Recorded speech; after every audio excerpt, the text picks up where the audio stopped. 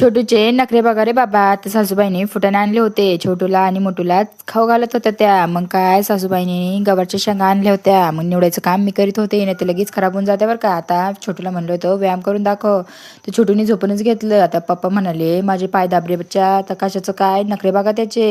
आता म्हणलं बाहेर येऊन थोडंसं फिरावं. छोटंसं झाड लावलं होतं आंब्याचं, ते किती मोठं झालंय हो. आणि हे पप्पा झाडाला बघा पप्पा किती मोठ्या आल्यात. आणि हे आमचं चिक्कूचं झाड आहे बरं का, खूपच मोठं झालंय. आता हे कोणते झाड आहे नक्की मला कमेंट करून सांगा. इकडे येऊन पाहते तर लिंबू तर लयच आले होते हो लिंबाच्या झाडाला.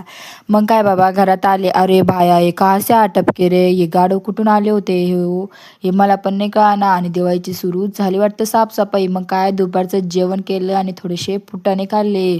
आराम करा म्हणलं तर कशाचं काय, पतिदेवनी लगेच चहा बनवायला लावला हो. नशिबात आरामच नाही, काय करू मी आता.